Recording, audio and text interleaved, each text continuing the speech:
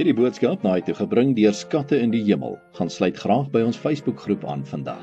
Vandag se skriflesing kom uit Jona 1 verse 1 tot 3. En die woord van die Here het gekom tot Jona, die seun van Amittai, en gesê: Maak jou klaar, gaan heen na die groot stad Ninive en preek daarteen, want hulle boosheid het opgestyg voor my aangesig. Maar Jona het hom klaargemaak om na Tarsus te vlug. Vandag se boodskap is getiteld As ons weghardloop van God.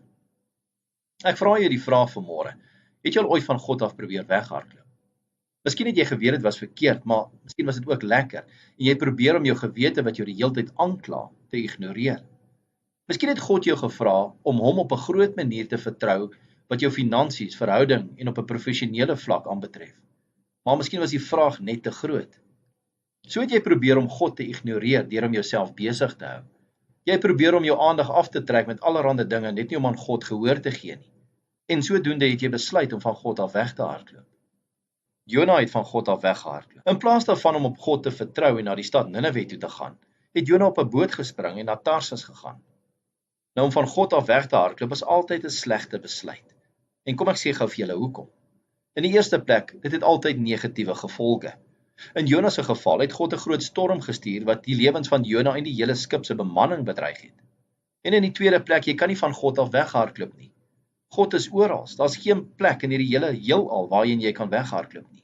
Ons kan nie van hom af wegkom nie, al probeer ons hoe hard. Dan waarom dring ons altyd aan om te argumenteer en te probeer onderhandel en God te probeer oortuig dat ons altyd van beter weet?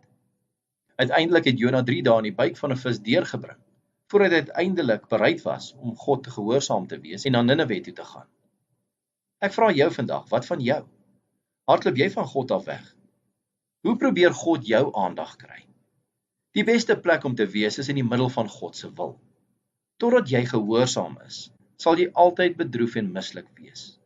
Vra God vir die moed en geloof om in hom te vertrou, eerder as om van hom af weg te hardloop. Kom ons bid saam. Ons hemelse Vader, gee vir ons die wysheid en krag om ten alle tye op U te vertrou. Ons bid dit in Jesus se naam. Amen. As jy soortgelyke boodskappe wil ontvang Maandag tot Vrydag, sluit aan by ons WhatsApp broadcast groep. Stuur net jou nommer na 072 581 2973.